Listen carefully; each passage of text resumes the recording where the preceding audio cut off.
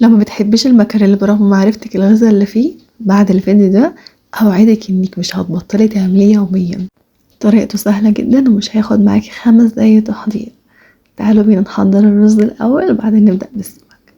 هنزل في الحله بشويه زيت، بعد كده هنزل معلقتين بصل كبار، يعني في حدود بصلايه كبيره بس انا قسمتها على معالق. بعد كده هنزل بنص معلقه سكر.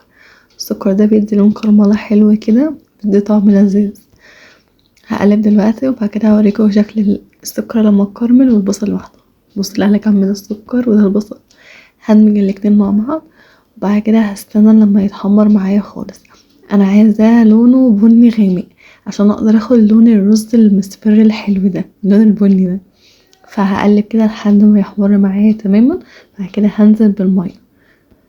انا نزلت بمقدار كوبايتين ميه على قد الرز اللي انا هعمله. هغطيها واسيبها تغلي. اول ما تغلي هفتح الغطا عليها وانزل عليها بمعلقه ملح وشويه كمون، على حسب برضو الكمية اللي هتعمليها. تقدري تدوقي الحدقية براحتك. هضيف كده ملح والكمون واقلب وبعدها هنزل بالرز. انا كنت عامله نص كيلو رز على كوبايتين الميه، فكده كانوا حلوين جدا. هنزل واقلب وبعد كده كل ده على نار عاليه، انا مش مغطيه النار تماما. هقلب كده واغطيها، بعدها بشويه هفتح عليها. اول ما الاقيها اتشربت هوطي النار لحد ما يستوي. وده شكلها بعد ما استوت. رز مفلفل جدا. تعالوا نعمل السمك بقى. معايا هنا سمكة مكاريل مقطعاها ل4 ونضفها وغسلها كويس. معايا هنا فلفل حامي، فلفل احمر، فلفل اخضر، بصل وطماطم. هنزل في كل ده بالصينية البايركس اللي هستعملها، وده عبارة عن ثوم، فلفل احمر وخل وليمون، وهقلبهم في بعض كده. هنزل بكزبرة وكمون وملح واقلب كل المكونات دي في بعض واحشي بيها المكاريل. دي يعتبر السلطة اللي هتنزلي صوص طعمه يهبل في المكاريل. هحشي كده المكاريل كله.